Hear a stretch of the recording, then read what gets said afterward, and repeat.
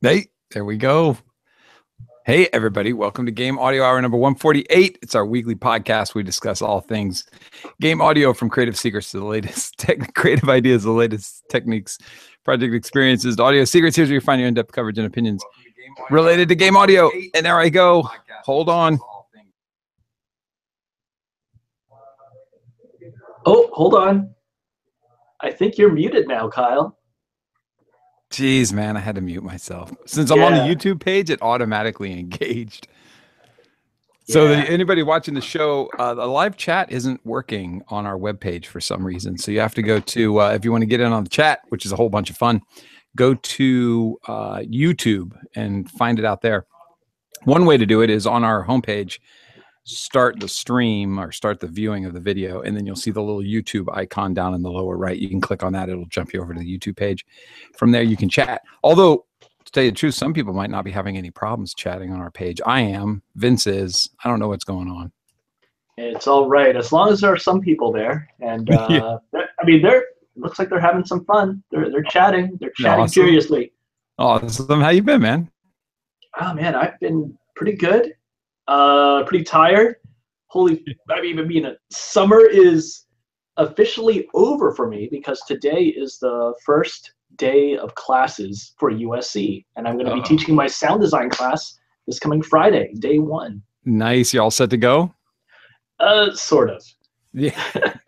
Anybody in the class is getting an inside peek at the instructor's setup.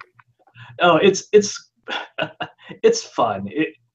I mean, the class is something that I've done for a number of years now, but it's always tough to figure out just what the students are going to anticipate in terms of what the workflow is going to be, how they're going to integrate with other people's projects. In previous years, it would be things like Game Maker and Pure Data and all that stuff. This year, there's going to be a little bit more focus on Unity, and it's always fun, those little adjustments that need to be done. And those little adjustments are the things that I'm actually less adept at. You know, hey, I can do Pure Data all the time and SoundForge and all sorts of sound processing, but then all that other game-related stuff, that's a little bit more difficult. Oh, now you're being modest. You know, I saw a job posting go through for PD recently. I think I brought it up to you guys. Did we ever determine if that was Pure Data or if it was something else? Because they just referred to it as PD. It was a game industry job. I wonder if we ever figured that out, because that's pretty rad.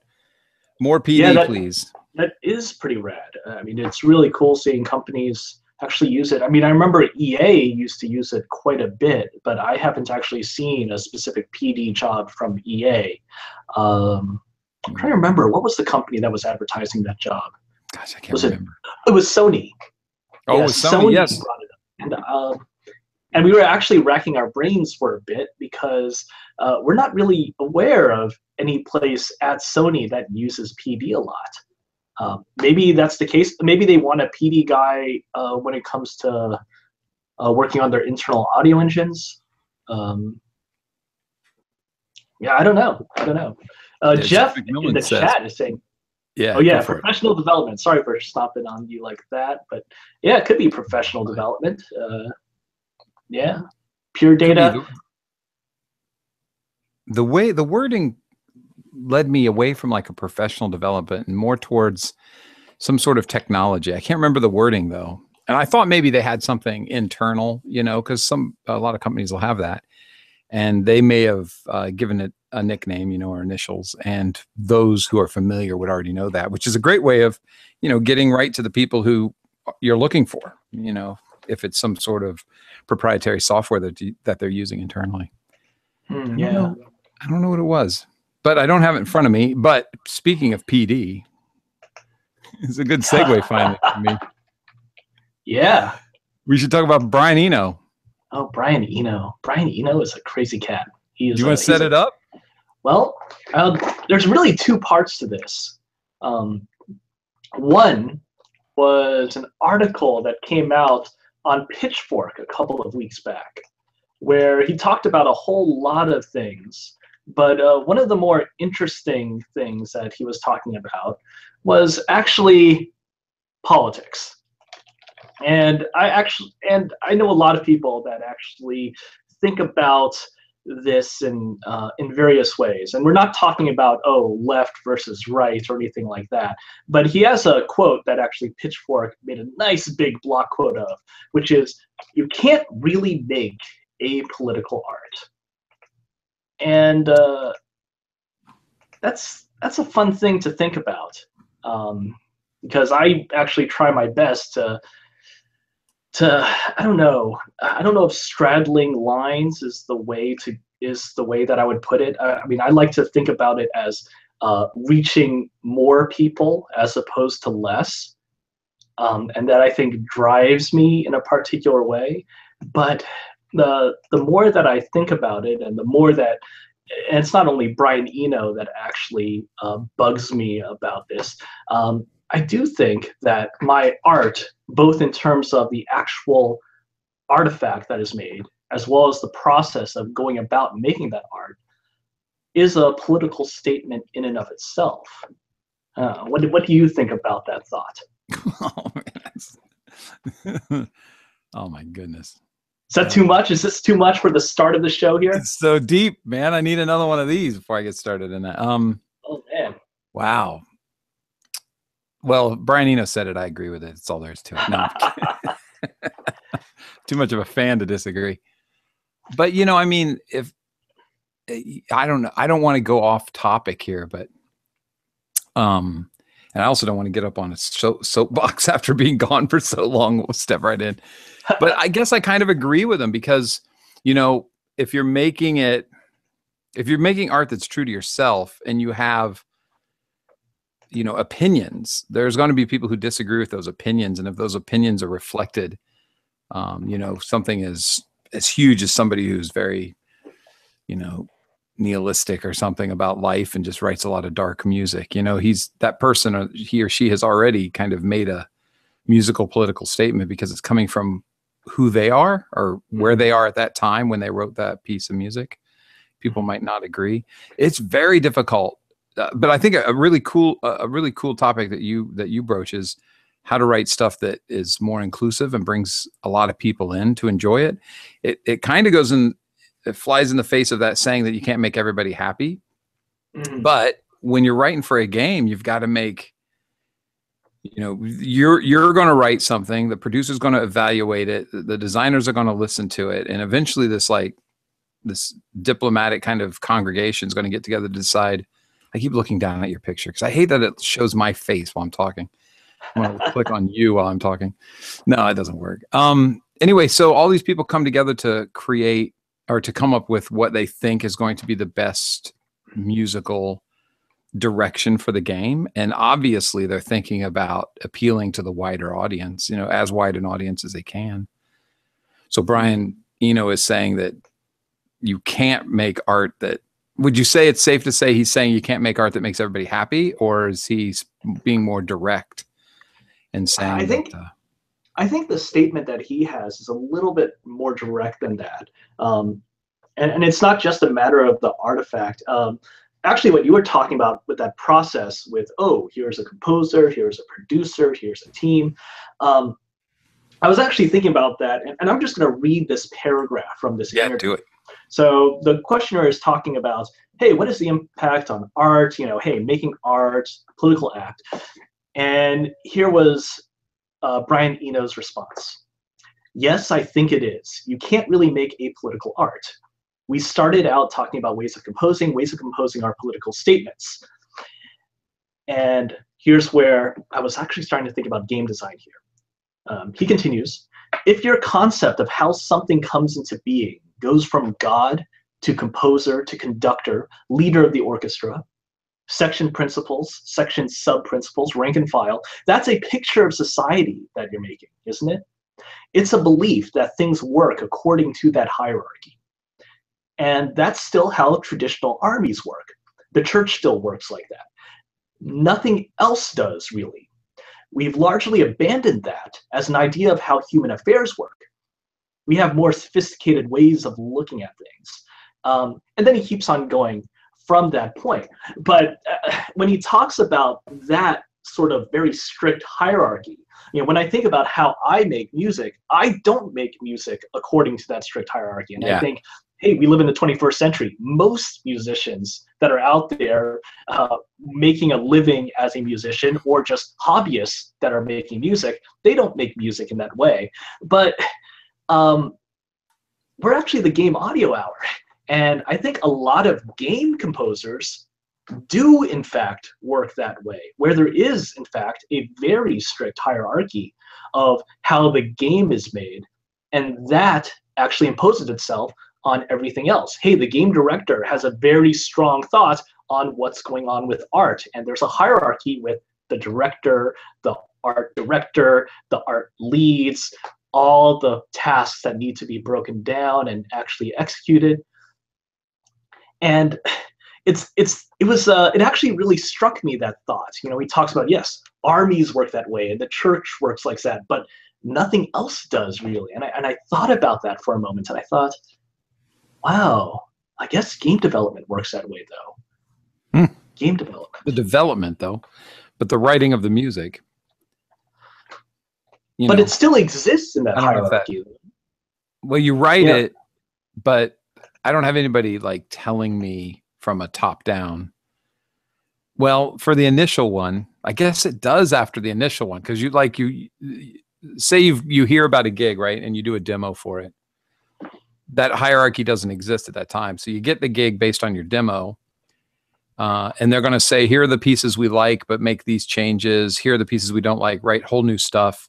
You gave us a demo of 5 songs, but we're going to need 20. So here's how we want them to sound. But some of that information they gave to you before the demo, hopefully, you learned at least the direction. Is it a sci-fi game, or is it an RPG or something? Yeah. But, it's kind of, I guess what I'm getting at, and it's not really helping the conversation, is that it wavers back and forth. Like, the better your piece, the less involved people are in it. I shouldn't even say the better, because it's the more that they like it, that the less they're involved, and the less that they like it, the more they're involved. But once they're involved, we fall into that classic kind of top-down view. Yeah, I guess game development, and also music for games, actually does have some variance. I think one thing I'm realizing is that I am coming from my perspective as I am an employee at that game company. I'm not a freelance audio designer. I'm not a freelance music composer.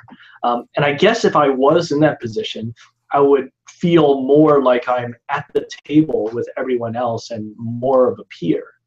Which is not to say that I'm not peers with all these guys here, but things are dictated from on top, and we're trying to support everything. There's that everything is top to bottom and bottom to top. And then if you're a freelancer, it's more like this spider web, and things are being shot across the table in different ways. It's it's tricky, and which is good and which is bad. I mean, the people that I see tend to get hired are people that are known positive work experiences from previous projects. You reach out to the same person that you liked working with, or the game got great reviews because of the score, and you reach out for part 2, to the same composer. It simplifies everything. And it's complicated enough making these games. You need to find the places to simplify. Excuse me. I keep almost sneezing, but it's driving me crazy. But in respect of art itself, the more the repeat work keeps getting done by the same people, the more derivative it kind of becomes, and that can become dangerous. And you need to add, some flair to something, whether it's in the music or the sound design or in the art, or, and that's a real tough balance that the game industry strikes, where they want to put out something that they know is going to sell. They want to use a team that they know can get it churned over. But they don't want people to get so bored of it that they don't buy the next version. So the iterations are really small. But what I'm getting at is, if you want to get into that team, It's kind of difficult when it's a team that's already been established because of prior working together or really good reviews of the, of the work that was done by contractors before. And that hierarchy doesn't help in those circumstances, because there may be a rebel out there just going, I've got this amazing score for Call of Duty, but I can't get anybody to hear it because, I'm not privy to when they're looking for demos. Are they even looking for demos, or did they just reach right back out to the same team of composers they've always used? How do you break that ice?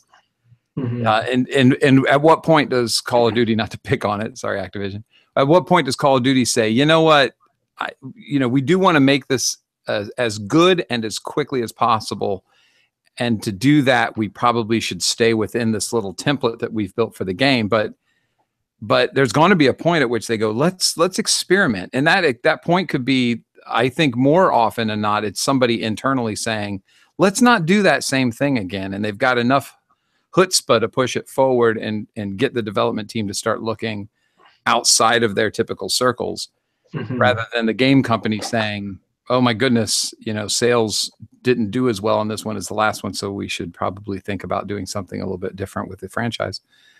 Right. And it's hard to get in it because you don't know when the opening is. You don't know who the people are that you should be talking to.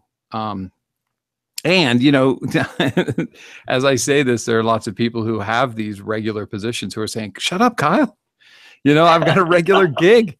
Don't tell people to come take it from me. And I'm not suggesting that, but we do have to exercise our art. And for art's sake, if we don't, then we're just, I don't consider that to be art. If I'm just, if somebody says we want it to sound like John Williams and you do your best John Williams, I don't know how much art is in there. It's like a fax machine. You put a painting in a fax machine, you get a fax that looks like the painting. It's not, I don't know how artistic that really is.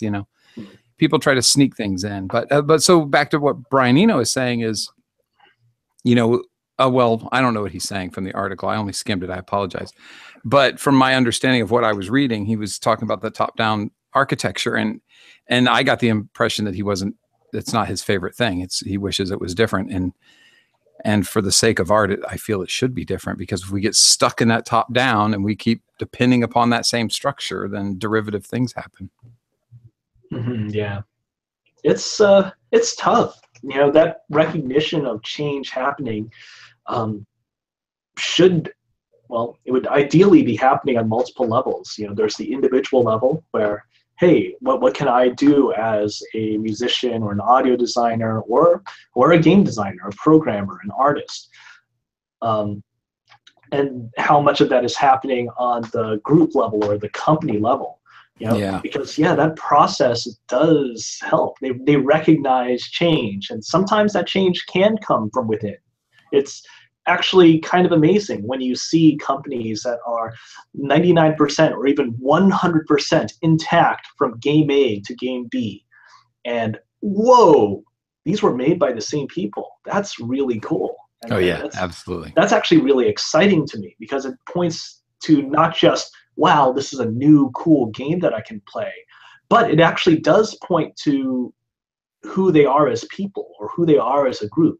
The fact that they can actually make something that is so outside of what we thought they were. Yeah. And that actually gives me some encouragement for who I am. Yeah. And to kind of like to foster that, you just have to keep pushing as an artist and just keep delivering something that is you. And so would we agree that then art isn't apolitical because it's influenced by so much? Go ahead. Sorry. I think we both agree on that. Yes. there is a lot being said when you put a piece of art out there, as well as when you go about the process of figuring out how to make this piece of art. Yeah. And I'm not trying to disparage the flow of things that when it becomes, I guess in some ways I'm torn. I think like most of us, because I don't like derivative. I especially hate it when I lose a gig because I was being adventurous, and that's happened more times than not. And, and to still get up and, as my father-in-law says, put your hands in your back pocket and shove your ass into gear and go do it again just to get another rejection because it's too far afield is so heartbreaking, and it's just so tiresome. But you know, I mean, it's still important to keep doing it because eventually, two things I figure will happen. I either figure out that I really am terrible, that's why I'm getting turned down, or you know, somebody goes, no, this is exactly what we're looking for, is somebody who thinks outside of the whole norm and tries to move it forward. But with that being said, if you think about Blizzard, right, and World of Warcraft, and how similar all the different composers are writing music, and you think about what's the other one, the MOBA that's Dota, or I've never Hearthstone, or not from Blizzard. It's from another company in LA. I can't think of the name right now. They hire composers. Oh, you're talking about League of Legends. Yes, League of Legends. Yeah. And so, you know how similar that music is. Now, are they finding composers that just happen to really write like each other? I kind of doubt that. Or are they finding composers that they know can pick up what it is that they want the sound to be and get really close to relating to each other? I'm not saying that that's bad. I'm just saying that there's a value in that. If you're able to do that, you've got kind of a maybe even an easier way into a game audio career. If you're really good at kind of, I've been trying to stay away from the word mimicking, because it's not that. You're still writing original music, but just able to kind of soak up the style that they want you to hit and then hit that. That's a difficult thing to do. Yeah, that is definitely. I mean, one, it's a great skill if you can actually do it. It takes it takes a really good ear and a good mind and a good, solid grasp of all of your tools in order to be able to effectively do that. Yeah. But like I was saying about the facsimile, if somebody said, Kyle, we want you to do this, can you do it? Yeah, I can do it. Absolutely. And I can do it, you know, happily for a little while. After a while, though, I'm going to start trying to kind of influence the direction it's going. You know, I can't help myself because I start to feel guilty about the sound, and I think that's good, right? I mean, if you're composing for a game and you keep writing the same stuff, if you can self-monitor and start to go, well, wait a minute here, let me push it a little bit this way and let's see if that goes. I mean, that's good for your career, isn't it? Mm-hmm. Yeah, I think so. It's funny that you mentioned Blizzard, actually, because just to go off on a little tangent, a little bit of news in the music world, in the game music world. The longtime audio director over at Blizzard, Russell Brower, he was laid off just about a month ago. So sad. I remember looking at the news about this, and I thought, wait a minute, was he really laid off, or did he leave to pursue other things? But there are multiple news items that said, yes, he was in fact laid off. His position is no longer, let me just read this. With the success of a sound decentralization initiative, my current position of overall senior audio director, composer is no longer relevant and is being eliminated. And I was like, whoa, that's interesting. He's a legend.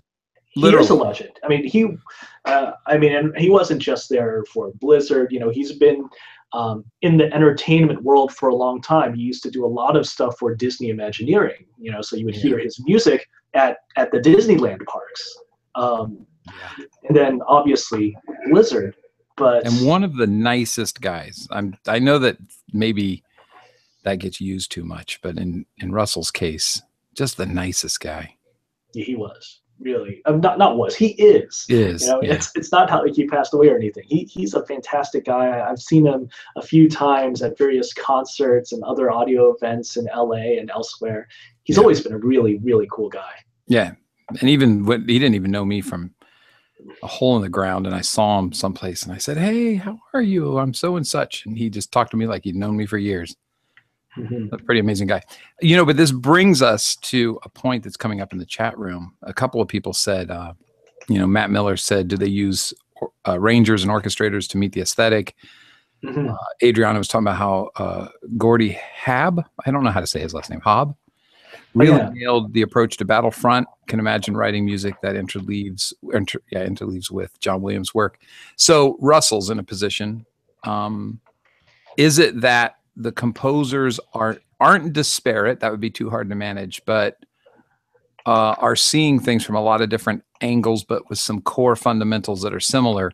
And then Russell brings it into the aesthetic, or where does that happen? I mean, we're also talking about groups of composers, Mhm. whereas in my experience is one, two, maybe three at most that I've ever had to work with, and I would guess you and anybody you outsource, so two for you probably, maybe from your angle.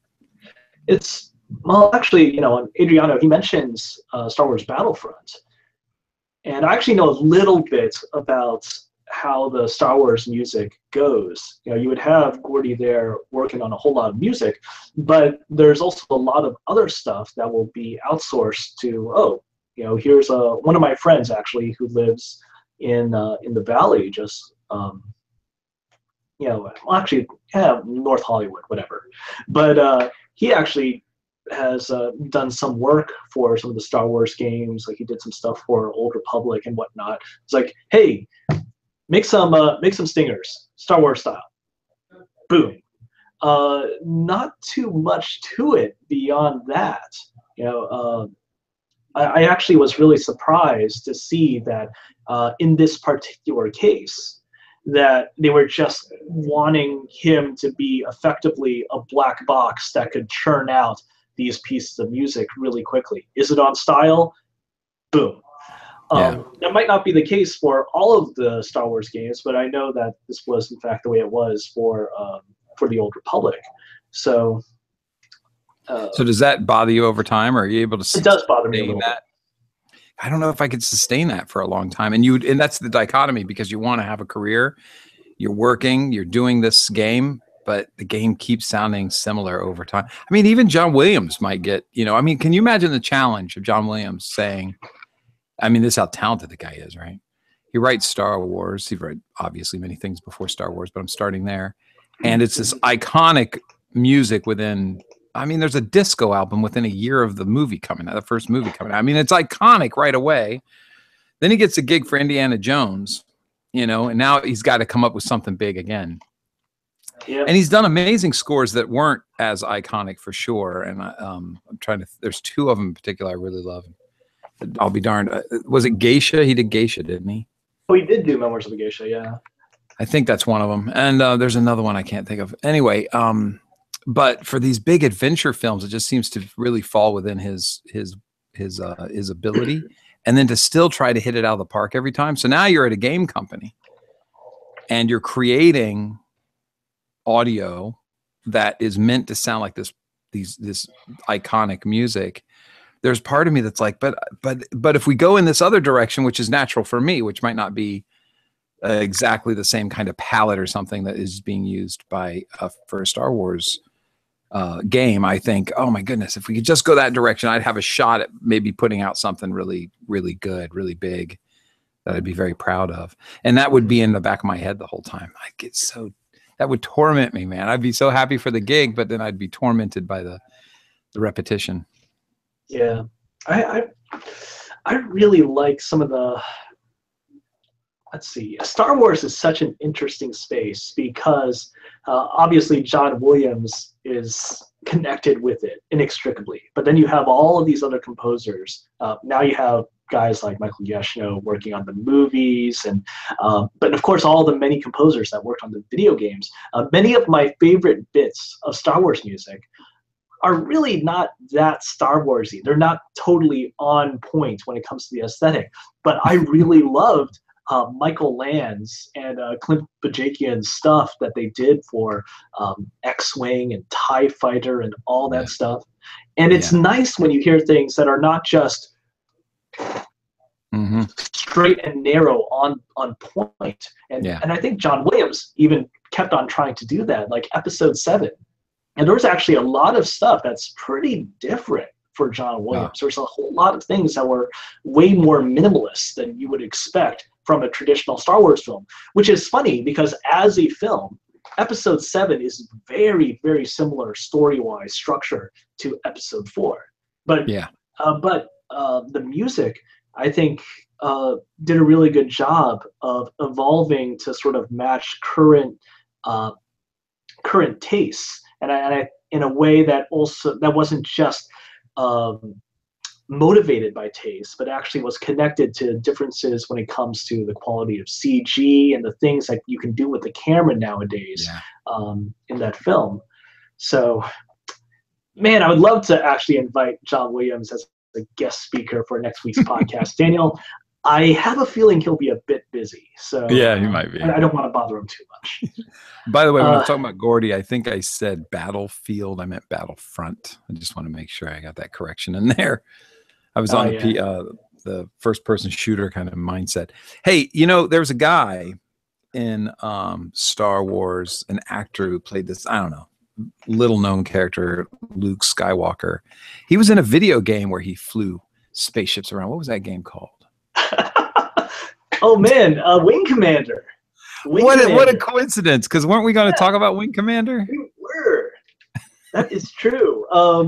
There's some interesting things happening in game music Kickstarters. I wanted to point out that we are in the last week of a Kickstarter called the Wing Commander Orchestral Project Volume 2, Phase 1, which is made by Wing Commander composer George Oldzej. And some of you might remember that a while back, a couple years back, George actually started up a very successful Kickstarter for the Wing Commander Orchestral Project Volume 1. And that was really cool. They did some recordings. It was fun. It was great. The recordings sound fantastic. And then he followed that up with Wing Commander Orchestral Recording Volume 2. And that project was actually not as successful. It only made it up to about 18,000, and they were targeting 45,000. But now he's actually back with Volume 2, Phase 1. So he scaled back a lot of things. Instead of going for the full-on Wing Commander 3, he's actually just targeting recording Wing Commander 3's jazzy bar music with live musicians. And as part of this project, working on preparing tracks for other stuff in Wing Commander 3, and some of those scores are going to be available as rewards, but everything is scaled back now. And actually, as of yesterday, that thing looks like it's going to be successfully funded. I'm looking at the Kickstarter right now, $15,575 pledged on a $15,000 goal, and there are 4 days to go on this project. So if you're interested at all in this Wing Commander music, I highly suggest you look at it. I'm going to link to it in the chat right now. Oh, nice, yeah. Yeah, it just crossed over. Yeah, very, very cool. So, wow, that's a really interesting approach. There's a humbling there to go, well, it didn't go so well last time, so let me cut it back a little bit, because that's got to be hard to do. This is your baby. You don't want to say, I'm only going to I'm going to kickstart just the arm. It's like I want the whole child to be out there. Yeah. And plus to dig in, to go, okay, I'm gonna do this now in pieces, and that's a multiple Kickstarter overall project has got to be hard to maintain. Mm-hmm. But hey, it looks like it's going well. I mean, I can see how this would work. I mean, those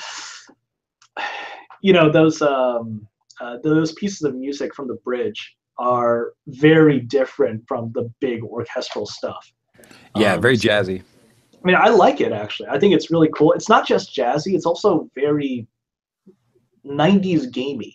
There's actually, there's jazz, and there's things like, you got your cool jazz, you got your progressive jazz. Coltrane is very different from Mahavishnu Orchestra, but I actually really like this particular brand of jazz that's here, even though some might I think there are some people that might call it as cheesy and maybe too smooth, but it actually really connects me to an era of video game music from the 90s where this Yeah. type of jazz was actually used for these types of scenes in very, very cool ways. Some of them are predictable ways, some of them are interesting ways. It's very 90s, and that actually feels really cool to me. I like that. Nice. And being able to see an ultimate version of that with live recording as opposed to just, your Gravis ultrasound or your Sound Blaster, that really gets me excited. If you pledge $300, you get to go to the recording session, which is really pretty cool. Ooh, wait, 300? I actually $300. didn't see that. And there's 3 of 3 left, and I see all the way at the bottom of the page. I think he already did it once for 3 backers, so it's going to be a total of 6 maybe, because there's one at the bottom of the page that says no longer available 3 backers. So he must be doing it in sections of 3. Oh yeah, And it's in Austin, I assume. Yeah, sometimes Kickstarters they'll what was I gonna say? It's always tough with Kickstarters trying to estimate how many cool rewards you need. And then, oh, wait, I got to add a couple more rewards like this. Like, oh, I need another set of attending the recording session. So that's cool. Pledging 600 custom music for you. That's kind of cool. Yeah. So, yeah, all this stuff is happening by the end of the year. I'm excited. That's very cool. Yeah. And I wish him the best of luck. Yeah. Amanda, I love playing the first Wing Commander. Yeah, I played a heck of a lot of that. Even though I was more an X-Wing TIE Fighter guy, I actually really loved Wing Commander's game structure because it was more interactive, more branching. Yeah, you can control how well the Empire, or how well you actually beat back the Empire. And there would be different types of endings based on how well you did it over the course of that entire campaign versus Star Wars, where it's either you win a mission or you lose a mission. If you lose a mission, you don't go forward at all. So I just remember just the dogfighting part. I thought it was very well designed. Just felt good. I think it was about the same time Doom came out, wasn't it? Yeah, it was. Yeah, because in my mind, I remember playing them both, and I think Wing Commander kind of pulled me away from Doom. The time. Yeah, well, I can understand that. I mean, Doom was, and then TIE Fighter was after that. Yeah, TIE Fighter was a little later. You had the Garou shaded polygons. Yeah, Wing Commander was. Call me a polygon. Poly, get out of here. No, that was pretty bad. That was really bad. Well, I'm going to accept it. Hey, you know what we need to do this week? We should thank our sponsor. Yeah, let's do it. We should thank. I've been using. Do you use Isotope 5, RX5, or 6? Did you step up to 6? I'm actually still on RX5. Yeah. It's I mean, there are some really cool things with RX6. I know that one of them was the D Russell thing, the D Russell module for the flapping and D-wind modules. I thought that would be really cool, but I can't justify that upgrade right now for just a couple of things for some bits of recording that I don't really use that much. It's pretty amazing nonetheless. RX5, RX6, whichever one you get into, it's great. Thank you, Isotope, for sponsoring the show. This week we're giving away Brake Tweaker, aren't we? Yeah, Brake Tweaker. Yeah. Should we do that? Yeah, let's do it. I'm going to roll some dice. I've got some dice here. Here we go. Let's see. All right, I got my table here. All right. This means the winner for Brake Tweaker this week is Daniel Makes Noise. Daniel Makes Noise. Congratulations. You are going to get a copy of Brake Tweaker. His tweet, he actually says that he wanted Brake Tweaker, and then he realized that it would break his beats and his wallet simultaneously. Guess what? It's not going to break your wallet because if you get in touch with us, we will actually figure out how to get you a code so you can download it from Isotope and start having some fun. That's perfect. Yes, please just send a direct message to Game Audio Hour, and we will send it up to the Isotope Angels, and they will bless you through your email. So send that too with in the direct message. They will bless you with your license key. Congrats, Daniel makes noise. Rad. I'm looking down at the Twitter page. I'm not. You know, the thing about being on camera is that when you're talking to somebody and you're looking down at like the face that's down here or down at a web page, it kind of looks like you're disinterested, and that's not the case whatsoever. I'm just getting the news. Yeah. That's crazy. What's next, man? What is next? You know what? Let's go back to that Brian Eno thing, because I have a fun little toy here. Uh-oh.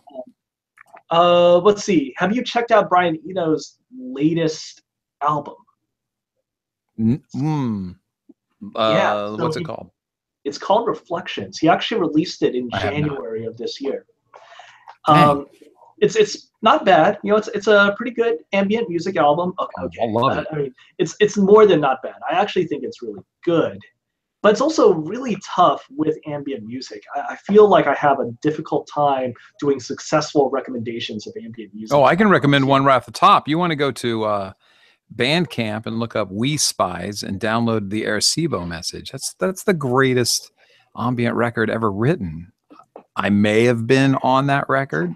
I'm not sure. The greatest ambient record. I like that, the ambient record. Of course it is. Ambient. Well, anyways. Shameless plug. Hey, this is our show. We can do what we want, right? That's what I figure. So Brian Eno released this album in January. But it wasn't until June that he actually released an app. And he's done this before. He would actually release companion apps to go along with album releases. But for this one, this is actually the first time that he released an app that was in fact the source for the actual album itself. Gotcha. It's I remember reading about this. It's actually this code that he ran, and what you're hearing if you get the album on iTunes is a particular permutation of this music. But that's what I love about Generative. Yeah, it's all generative. And this was PD, right? I think it's something like that. Is it? He does a lot of stuff on top of it. Gotcha. It's definitely not vanilla PD. But let's see, I'm just going to show you my iPad app here. There is a little logo there. You can see Brian's face reflections. there. Sorry. Yeah. Let me lock in on you. There we go. Yeah, check out that face there. You got it back. Oh, there it goes. Yeah, it zoomed in. There it is. Handsome. And this is the app. I'm going to turn up the volume, and I wonder if it will actually come through on the mic.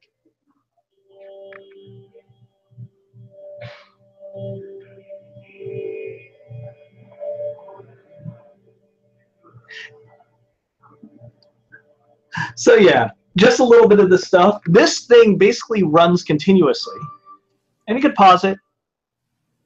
But This is basically it. This is the source for the Reflections album, except now if you have this app and I want to have an all day or all month playing, Reflection is the soundtrack of my life for today, if I so decide. Nice. But how much do you think this app costs? $2.99. Hmm. I did not look. Maybe a little low. Okay. You want to keep on guessing? I'll just go one more. Since most softwares that come out for music, like Korg and stuff, are at $9.99, I'll go $9.99. Actually, still a little low there. Woo! All right. The price on iTunes right now for Brian Eno Reflection is $30.99. Whoa! $30. That is a lot. That's a lot. Yeah. I mean, I guess the philosophy is that it's an endless record. That's very interesting. I don't know. That's a little much for me. Very expensive. BE. That's a little much for me. Yeah. I can't imagine that it was downloaded that much. Can you imagine how many We Spies records you could buy for $30? Especially since it's name your own price over at the that Bandcamp page I was telling you about. Oh Is this man, getting so bad? so you can buy an infinite number, huh? You can buy at least 30 for a buck. No, I'm kidding. Now I can't even stand myself, so I'm going to shut up now. Well, so it's $30.99. Yeah. And you can't really see how many people have downloaded an app on Apple's iTunes Store, but you can sort of extrapolate based on how many reviews. There are 39 reviews for this app right now. Wow. And it's got a rating of 4.5 stars, but 39 reviews is a pretty small sample size. So, I wonder just how many downloads it actually has. Yeah, I wonder if that hurt them, the price. I wonder. Daniel Kim says, is it worth it? I am not sure right now. It's good. It's cool. There is one bit of functionality that I haven't tested, which is it will connect to the Apple TV, and you can have it do whole living room sound. And it would be nice to evaluate the sound on that as opposed to through my headphones. Yeah. Now, another Brian Eno app, though, and I have this one, is Bloom. Oh, Bloom, right. That was also pretty recent, right? Was it? I don't know. I feel like I've had it for a couple of years, but I can't tell how much it is because it just has download for me because I bought it. Do you see how much Bloom is? Ooh, let me see here. Brian Eno, Bloom. Look at me, always trying to find somebody a deal. Okay, so Bloom for iPad is, that's relatively cheap. It's £4. Gotcha. So it's probably what, $6? Same thing for iPhone. So I wonder what it is that's different about the reflections. Well, let's see. The app is definitely a whole lot bigger. Bloom is only about 20 megabytes. Reflections is 144 megabytes. Well, that's his samples that he's got in there to run, basically. I mean, that's pretty substantial, though.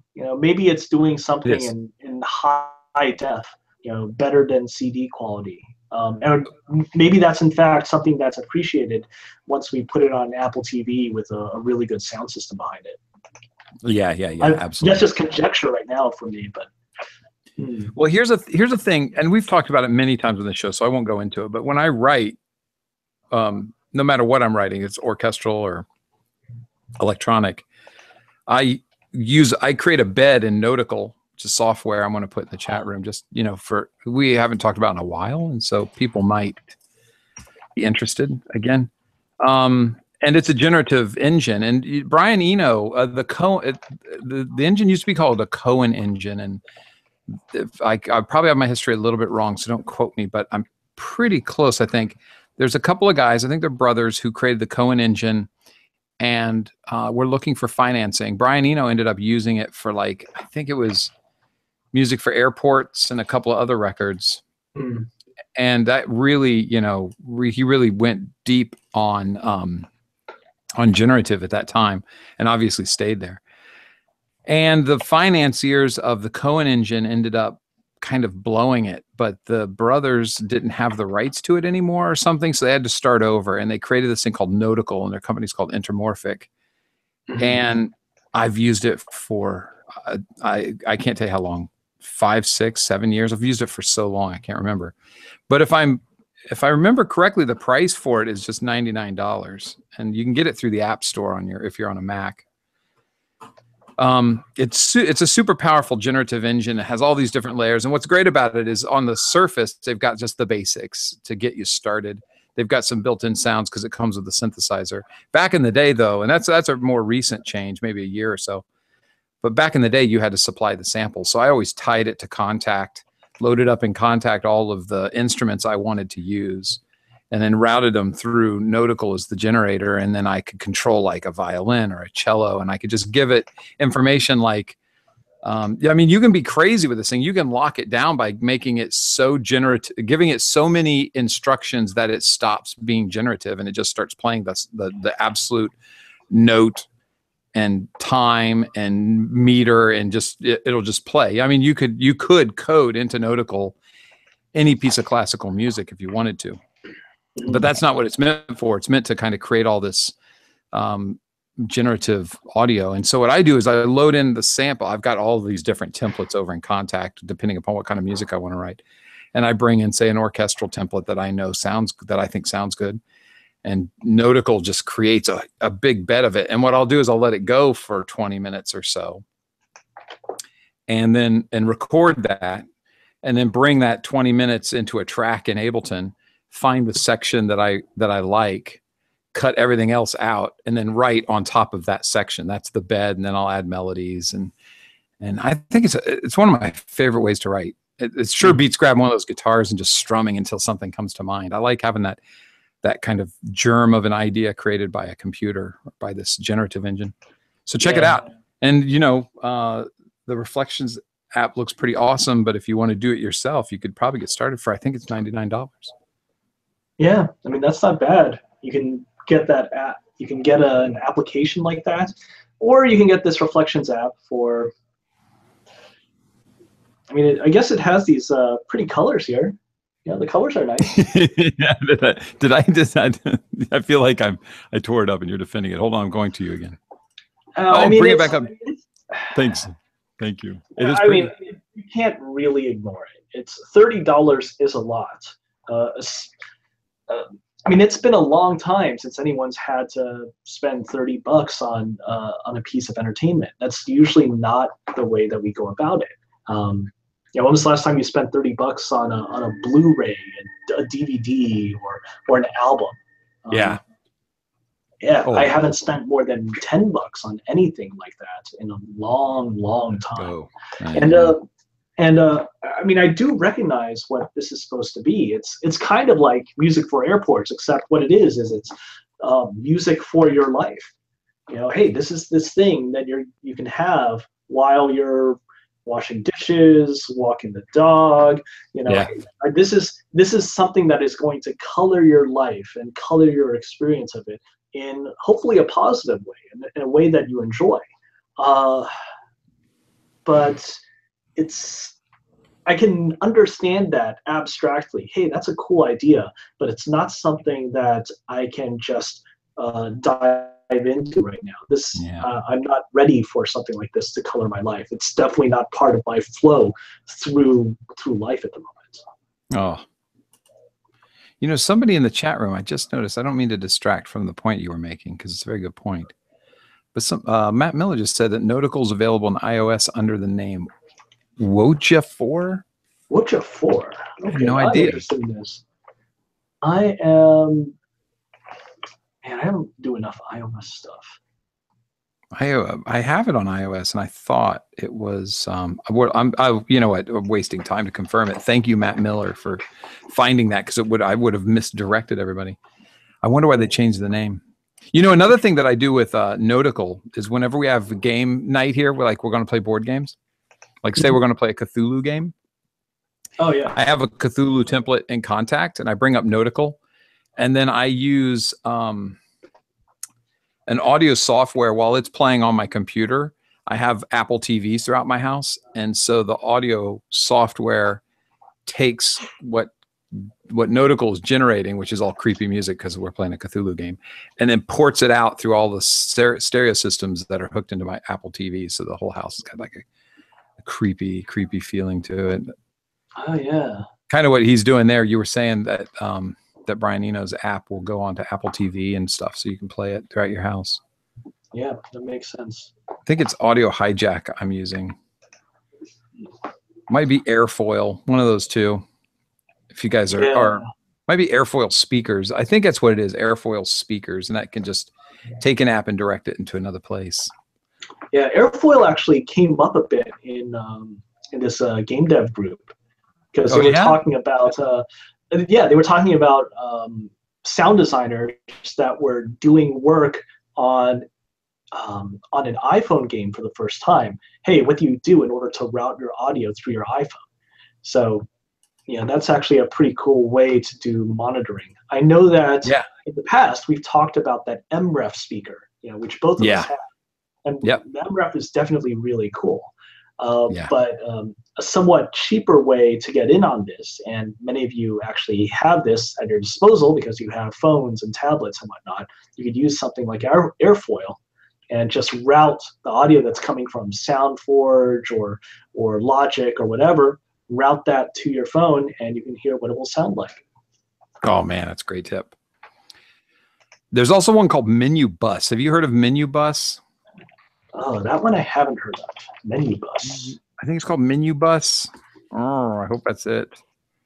I'm really just kind of grabbing the name out of my brain. Host quickly. real-time AU effects and pass the processed audio to your output of choice. Okay. Yeah, so you can, this is it. You can run plugins. So what it does is it sits in your menu, and anything that is, you can select the source from which it's going to grab the sound. So it can be just the system default, or it can be an application or something that you've set up. But once you have it set up, you can then start dropping in VSTs. And so you can be listening to, like, I don't know, speeches on YouTube and flanging them or something. You can do some, right. It's pretty cool. Yeah, that's really cool. One of the things on the website is it shows that big 30 band EQ. And I'm thinking, wow, maybe I could EQ correct everything that's coming out of my speakers for my room, for my speaker setup, la la la. Yeah. That's kind of awesome. Yeah. That is, yeah, right. That's, Menu. A friend of mine showed it to me. Thank you, Alex, because that's a rad find, and I've been using it everywhere.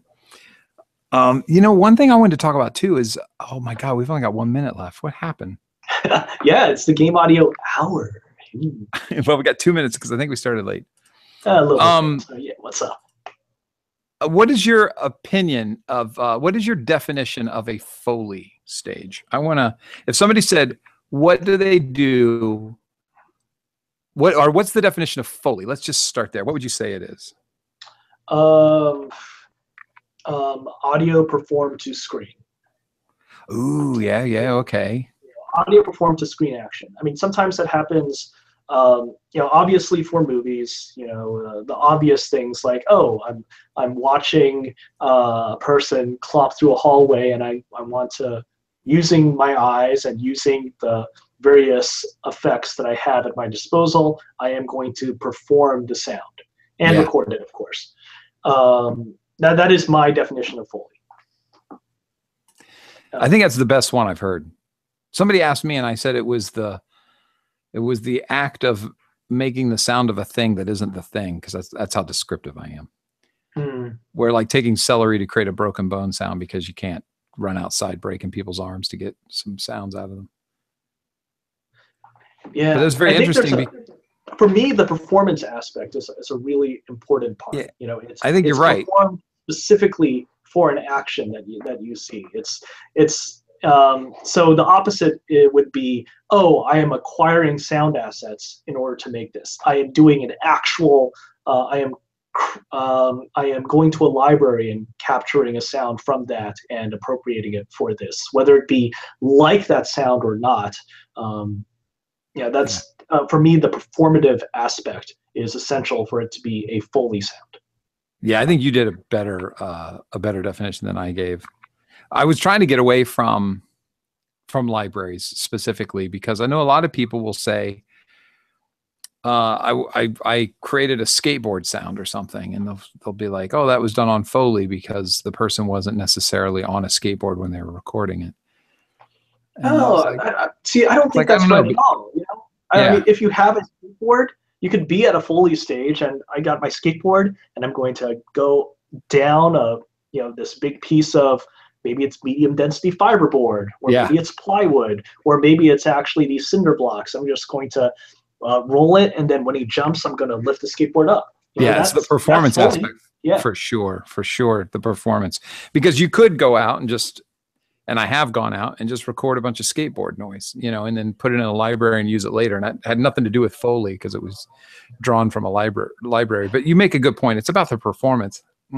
Excuse me. I've got to use that next time somebody asks. Yeah. I mean, I think that performance of Foley is something that people can get really good at. Yeah. It's surprising when you see people who just, oh, they time it just right. Or maybe they do something that doesn't exactly line up with the time, but they actually use a little bit of artistry in order to figure out that, oh, I actually want to anticipate this motion actually stopping, so I'm going to cut off my sound now, as opposed to when the picture cuts it off. You know, there's performance there. There's art in Foley, I think. Absolutely. And with that was a great show, man. Yeah, that was great. Jeff has got a thought. Oh, sorry. That he sees Foley as creating sounds from scratch so that what is being recorded can be altered to sound like something similar. Most of his sound design work is Foley. He tends to avoid libraries until it's impractical to record something new. Yeah. Yeah, I can see that definition as well.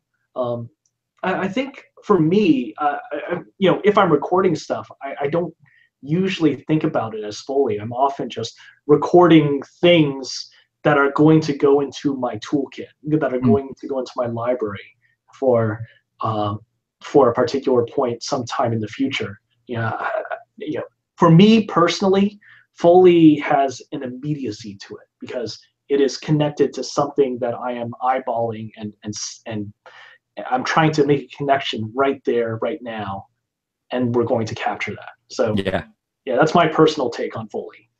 Yeah, well, it certainly is a question to be answered, because I've been asked it many times, and I've been answering it not as astutely as you or Jeff. Really interesting, but I don't do a lot of Foley. You know, I mean, I've had my occasional Foley sessions, but boy, don't you wish that we had gigs where we could just create new sounds the whole time and not go to a library? Somebody give us the time, give us the money to get that done.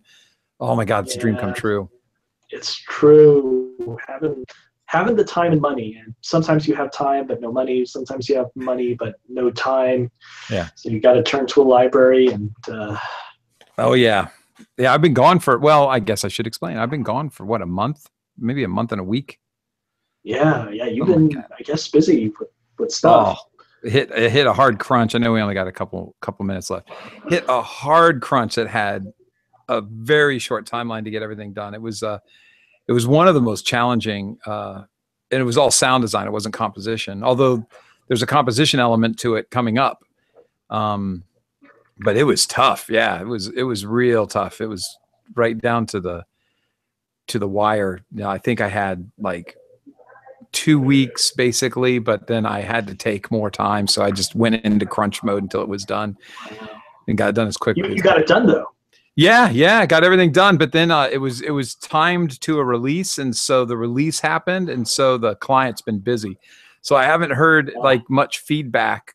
I heard a bunch right up to about 3 days before the release, and then I haven't heard anything yet. So I'm anxious to see if there's more to do. You know, updates after the fact always happen. Happy to do them.